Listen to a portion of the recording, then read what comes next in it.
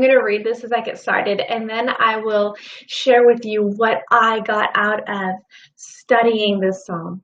Psalm 124 says, "If the Lord had not been at our side, let Israel say, if the Lord had not been on our side when the people attacked us, they would have swallowed us alive. In their burning anger against us, the water would have engulfed us. The torrent would have swept over us. The raging water would have swept over us. Blessed be the Lord, who has not let us be ripped apart by their teeth. We have escaped like a bird from the hunter's net. The net is torn, and we have escaped. Our help is in the name of the Lord, the maker of heaven and earth." This is a song of praise, and David remembers, specifically going back to the Exodus here, what God has done for his people. He says, if the Lord had not been on our side, this victory was not theirs, it was God's and God's alone. And if you read or know the story of the Exodus and the miracles that God worked there was no question that this was the work of God.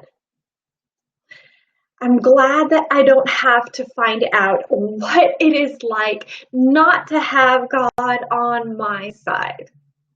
I am glad that he is with me and for me. Paul writes, if God is for us, who can be against us? Over in the book of Romans. I can't imagine trying to live this life and not being able to run to the Lord. He is my Father and my shepherd, my Savior and my God.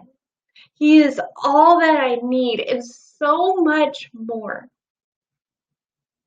David worships the Lord for who he is and all that he has done, including here remembering the Exodus and the great miracles that he had done there for Israel.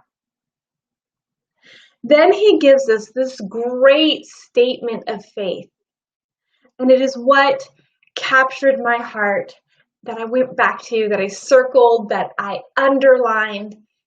This got my attention. He writes, our help is in the name of the Lord, the maker of heaven and earth. This is the faith that I stand on the good days, but especially on the hardest days, the ones that are just a little rough, that kind of shake you and you don't know what you're going to do. My help is in the name of the Lord. And he is the one who created heaven and earth with his very word. There is nothing too hard for him. This is where my help comes from.